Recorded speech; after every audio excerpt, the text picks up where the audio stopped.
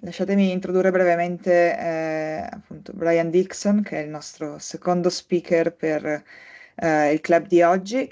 Brian è Head of the Belfast School of Art, dovreste vedere le mie slide nel frattempo, a Ulster University. È un designer, è uno scholar nell'ambito del design e studia, diciamo, quella che è la relazione tra il design e la filosofia del pragmatismo. Quindi abbiamo due prospettive quest'oggi sul mondo del pragmatismo.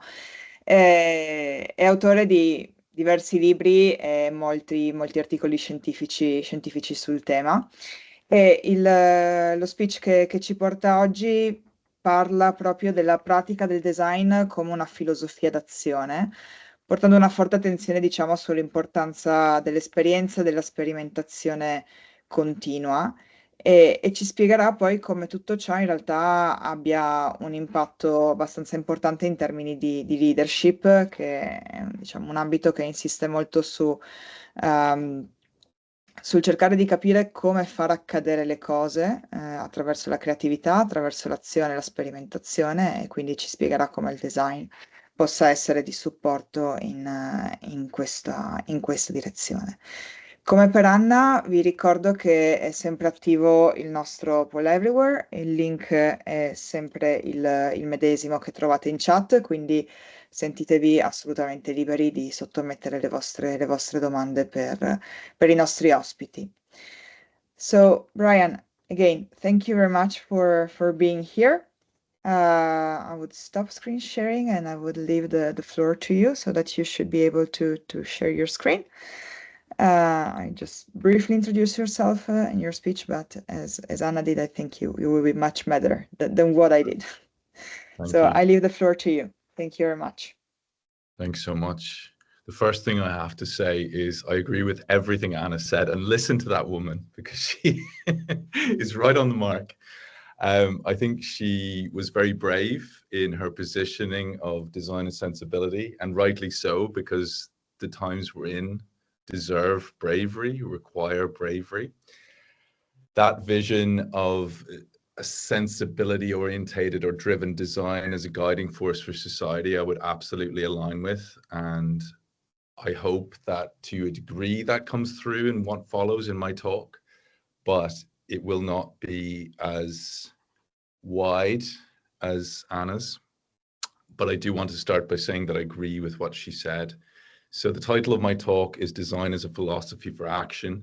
I will get on to an explanation of why philosophy is in the title later on. I'm the guy in the black on the right-hand side over there. I am head of an art school. I'm a design academic. I'm involved in a lot of design research projects as well as managing people. So I manage, and quotation marks need to attach to the word manage. I lead 80 people, 80 academics across 16 different undergraduate and postgraduate programs in a school that's part of a wider university. And there isn't really any, I suppose, organizational structures that apply to that management. You just talk to people, you develop relationships, you have planning meetings, but there's no metrics attached, there's no accountancy. We're not that type of institution or university. So I'm thinking about design a little bit in the way I build relationships, but I'm also going to be talking about design as a practice, as something that is researched, is involved in research projects. And I will mention design thinking as Anna has. I'll start with what Anna has already covered off, and I'll move very quickly through these notions of what design is about and how people have tried to surface definitions and how, in fact, the definitions seem to cancel out what is exciting about design and what makes design work and function and be a successful activity. So what I'll try to do through this presentation is not define it, but provide guideposts by which I think that designer sensibility piece, which Anna was talking about, might be better understood or might be explored more directly. And it's by no means perfect or absolute, but things that I believe do provide helpful frames of reference. I have to drop in the obligatory double diamond slide, which is from the Design Council in the UK, we're very familiar with it, but of course it has an afterlife in the design thinking world and is often referenced as a visual for what the design process looks like. I'm not going to provide visuals today. I have to be really clear on that. I want to think about design in relation to action and exclusively in relation to action, not as something, again, that can be defined, but as something which emerges experientially and with a relational and not predictable logic. You can't repeat what happens in any space or time because, of course, it develops in and of itself in that space and time only. With design research projects, there is a requirement to try and define a method and try and define how it is that you're going to ask a question and seek to answer it. And this is where I got very interested in not explanations about design, but frameworks that sit around it and alongside it. Here's an example from the early 2000s, mid 2000s, which tried to represent very quickly the relationship between questions and experiments and the cyclical element of activity. It's very prototypic, but it was so helpful to encounter when I was an early career academic, because for the first time it showed that there had to be a dynamism involved and an activity involved. You couldn't just physically show something and have it as a static thing. Lots of movement. I liked this diagram even better because what it showed was multiple components at play, and it was even more dynamic than the last one. And it also had notions of motivations which relate to experience. And as an early career academic, trying to explain the validity of my research, both to my immediate peers and people beyond my field, it was really helpful to have tools like this and these dynamic models and ways of talking about it. These days, I'm involved in projects which are very large scale. The most recent one is a project called Future Island Island. It's based on a little island off of Northern Ireland. It's only inhabited island. And it's looking at the green transition in a very condensed space.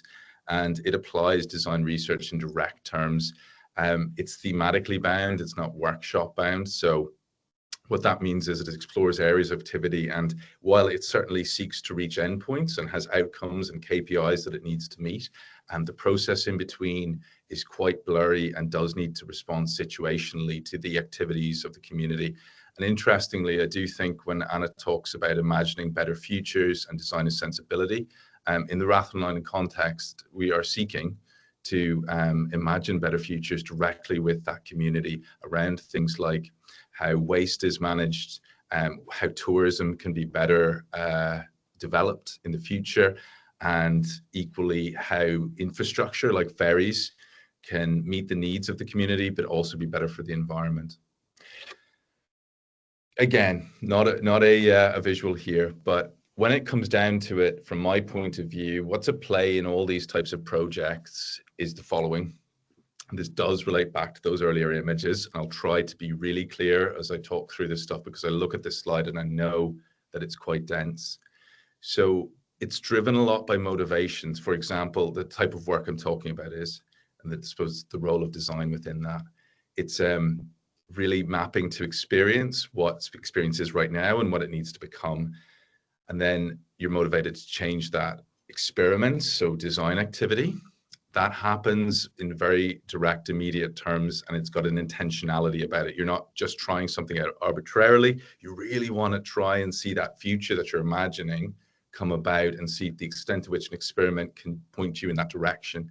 And therefore, it's iterative. So you try again, you do it again, and you're participating and you're cooperating. You're not standing back. You're not observing. You're not directing only. You're doing all these things. You're working together. And that was emphasized in the last presentation too.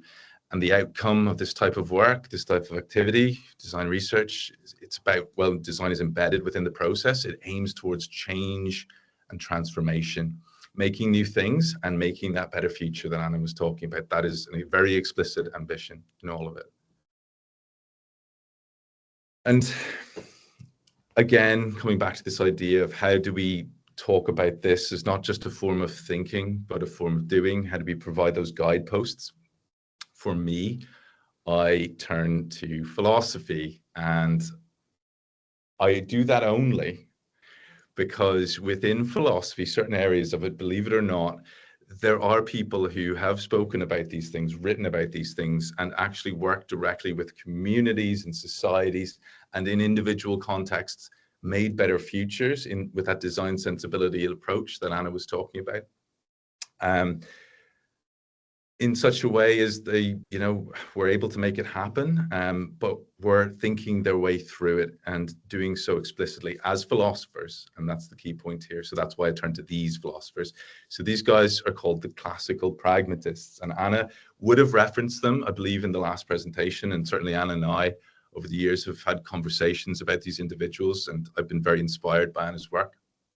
On this front, I just really want to underscore that. I'm not going to linger, but I am going to give you the names of these individuals and some of the things they provided me with in terms of thinking tools that I then bring into action and have as those guideposts to action.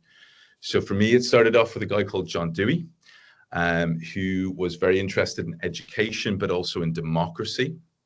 And he worked very closely with a woman called Jane Addams, you'll see on the bottom left, who embedded herself in a community in Chicago in the early 20th century and brought about programs of change which looked at all sorts of needs that immigrant communities had, whether that was to do with education or healthcare or waste management. She was a designer. She didn't call herself that. And I suppose I'm doing her an injustice to limit her to just being that, but she certainly wasn't just that. She was many things. And I suppose first and foremost, a philosopher of action, someone that really did bring about change by thinking through change directly and talking about change with others, moving things forward. Another woman who was very important within this movement, who aligned with it, is Mary Parker Follett. She's up at the top right. She is considered by some a prophet of management theory, and provides a pragmatist lens, I would call it a designerly lens to management. But her key point was about trust and building partnerships and relationships with people. So from these individuals, I draw out the following three things that I feel, all that stuff I was talking about, design sensibility, you can have as guideposts for action, which allow for leadership in the way that Anna talked about. So with Dewey, it's about a special framing of practice. And with Addams, it's about play. There's another man called Mead who was very interested in that. And then with Parker Follett, it's about this notion of power and trust-based power, building relationships. So practice is about experience in this scenario. It's about what we do and how, and the habits we form, and in forming habits, how we attend to bettering those habits and how we seek to improve what we do. And it draws in that motivational piece as well that I was talking about earlier. It's also about experimentation. And for me, this comes back to the better futures thing. So it's working with individuals, with communities, with partners, to imagine better futures and to ask the question of how that can be brought about and to seek to bring it about, to do so iteratively. Play, which I've not really discussed before, but comes back to the Addams position, and equally the man called George Herbert Mead. This is about learning. It relates to the habits piece. So as you seek to improve your habits, you learn, but it's also about taking on a role and trying something out and seeing if it fits. And this is very, very important. And we often underappreciate, I believe, play and humor, actually, because what these things allow us to do is to try things out at low risk, in a low risk context. So if we're playing, we're ultimately not doing something for real, we're trying it out and seeing the extent to which, if we are taking it on and doing it and play through it, does it allow us possibly to achieve what we want? What potentially dangerous factors emerge? And within those potentially dangerous factors, how can we ensure if we were to really implement something, those wouldn't come about? I have a yellow slide here. The yellow slide is trying to emphasize the importance of this particular point. So play in experimentation with a view of trying something out such that it's low risk, but allows you to see what the danger might be and the risks might be, allows for an imaginative ethics. So you're testing something out, but without that concern as to the thing really going wrong. And I do believe that this, again, is a limiting factor for us at the moment in terms of when we think of the future We often don't engage in enough ethical imagination and enough prospecting in our minds as to what things could be and the extent to which they would be positive or not. And I want really to impart that idea of linking up play, iteration, experimentation, and link all that to ethics. And then the final point about power width, I suppose, is actually quite simple. It is about a democratic commitment, which underpinned the work of all those individuals I highlighted, or certainly was the context in which they were operating. They deeply believed in democracy, not as a formal process, not as a process in which we all cast a vote, while they would have believed in that too. More so about the idea of democracy being a way of life, something that we live through, being the very definition of community.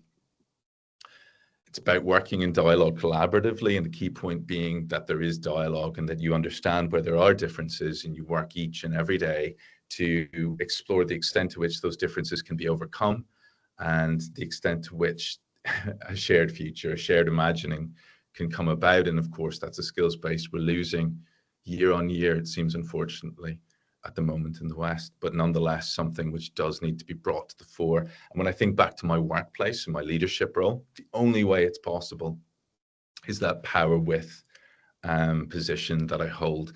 I don't impose, I seek to come together softly, gently, whatever way I can. And while there absolutely is times that people need to be directed, I seek to explain in the clearest possible way as to why that needs to happen. I want to draw to a close quickly enough with showing you an organization which I believe embodies these values. It is a service design organization in not far away from where I am right now, actually, a city called Limerick, which is in the Republic of Ireland, which is the island on which I'm based. They are called How Might We? And the reason I foreground them is because behind their practice is a deep commitment to the guideposts, the philosophy that I spoke about through the presentation. They absolutely believe in experimentation. They absolutely believe in play. And they absolutely believe in that trust-based power structure in terms of working together closely as a team, not only internally, but also externally with their partners, which include government and healthcare organizations. Their key service offer is service design outcomes for partners, for clients, but they do this through scenario-based engagements, which, funnily enough, involve Lego. And of course, many of you may know there is a Lego series play method which is available, which they are trained partners in.